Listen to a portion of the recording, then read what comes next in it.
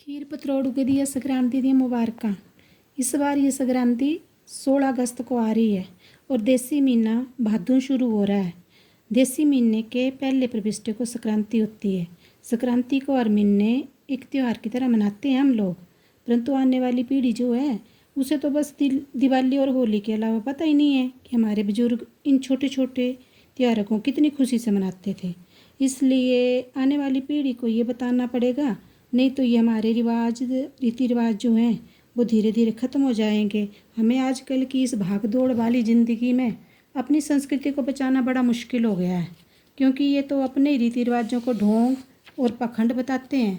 पर अपनी संस्कृति को रीति रिवाजों को बचाने के लिए कुछ तो प्रयास हमें करना पड़ेगा, क्योंकि नहीं तो ये थोड़ा थोड़ा जो कुछ वो हम जानते हैं वो आगे चल के इतना भी नहीं रहेगा और ये सब लोग आगे जो बच्चे हैं, आने वाली पीढ़ी जो है ये सब भूल जाएगी। तो संक्रांति जो है वो कब मनाई जाती है और कैसे मनाते हैं, इस दिन क्या करना चाहिए क्या नहीं करना चाहिए, ये सब थोड़ा थोड़ा जो कुछ मैं जानती हूँ वो बताऊँगी। संक्रांति देसी महीने के पहले प्रविष्टे को मनाते हैं। साल में 12 महीने होते हैं तो 12 ही संक्रांति भी होती हैं, पर हर महीने की संक्रांति का अलग अलग महत्व है, अलग अलग नाम है।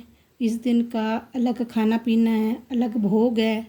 और संक्रांति को ही नहीं, इसके अगले और पिछला दिन जो है इसको भी हम बड़े चाव से बड़े त्यौहार की तरह ही मनाते हैं। तो पिछले दिन को बोलते हैं मसंत, मतलब माँ संत, और संक्रांति के अगले दिन को बोलते हैं भाई। भाई मतलब उसको भी हम संक्रांति की तरह ही मनाते हैं। तो हमें ये जो है संक्रांति इसके बारे में बताना है। तो अब ये जो महीना है, मैं भादों महीना है, इसमें ये जो संक्रांति आ रही है जो 16 अगस्त को है, तो इसको हम बोलते हैं खीर पतरोड़ू की संक्रांति। इस दिन हमें खीर भी बनानी होती है, पतरोड़ू जरूर बनाने होते हैं। फिर जैसे जैसे हम ये त्यौहार मनाते हैं वैसे इसकी पूजा भी होती है, सब कुछ ऐसे करते हैं।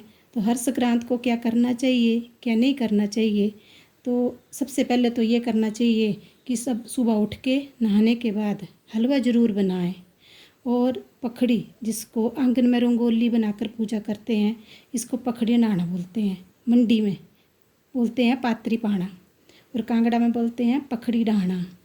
फिर उस दिन रात को तली हुई रोटी ज़रूर बनाएं, पूरी बनाएं, भल्ले बनाएं और प्रसाद भोग वही लगाएं भगवान को भी। जिस दिन मिट्ठू भल्ले ये सब बनाने ज़रूरी होते हैं। तो पर ये है कि संक्रांति वाले दिन जो है वो ना तो हमें सिर नहाना है, पर सिर नहीं धोना चाहिए, ना ही हमें कपड़े धोने चाहिए।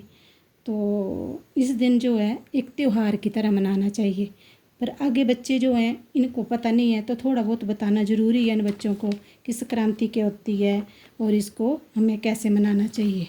तो नहीं तो ये बच्चे जो हैं, आने वाली पीढ़ी जो है वो इतनी व्यस्त हो गई है कि इनको इस संक्रांति के बारे में पता ही नहीं है।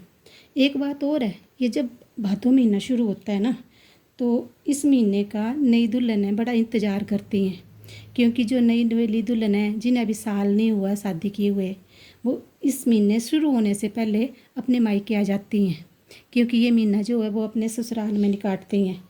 पुरानी कथा तो यही है कि ये महीना जो होता है वो सास के सास नहीं काटती हैं।